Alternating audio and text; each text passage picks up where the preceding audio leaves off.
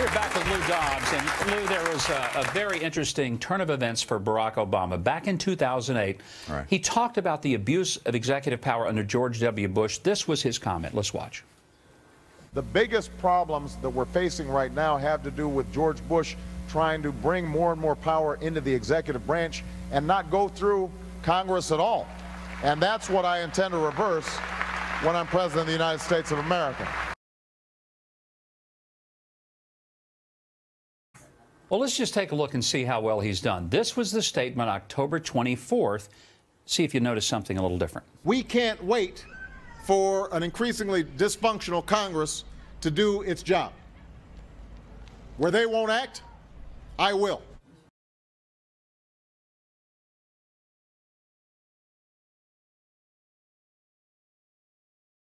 Lou, I know you're raring at the bit. All I got to do is pull the rope and start the motor. The idea that this president has decided in that intervening 3 years to simply ignore the first article of our Constitution and to take decisive, bold action, we can't wait, he says. We've been waiting for this man for 3 years to deal with the #1 issue in this country, which is unemployment, the joblessness, the lack of hope for employment security for millions of Americans. And suddenly he can't wait. The idea that he criticized George W. Bush for being a unilateralist in foreign policy, he's decided to become that in domestic policy, a unilateralist.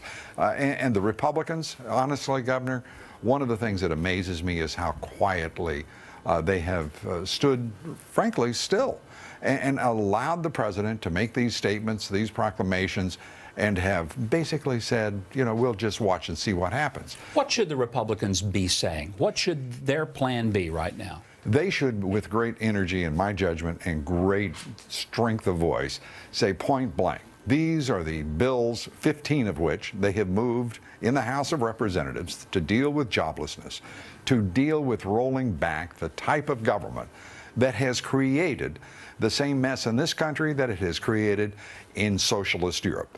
And if there is not an understanding on the part of the American people that we cannot have another government program panacea for every ailment that faces this nation, then I don't know what's going to be required.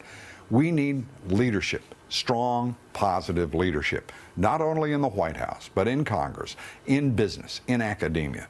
And what we have is a president who is talking down markets, talking down the economy, talking up government, and talking up more debt and greater spending, which are precisely the recipes that have created the stew we find ourselves in.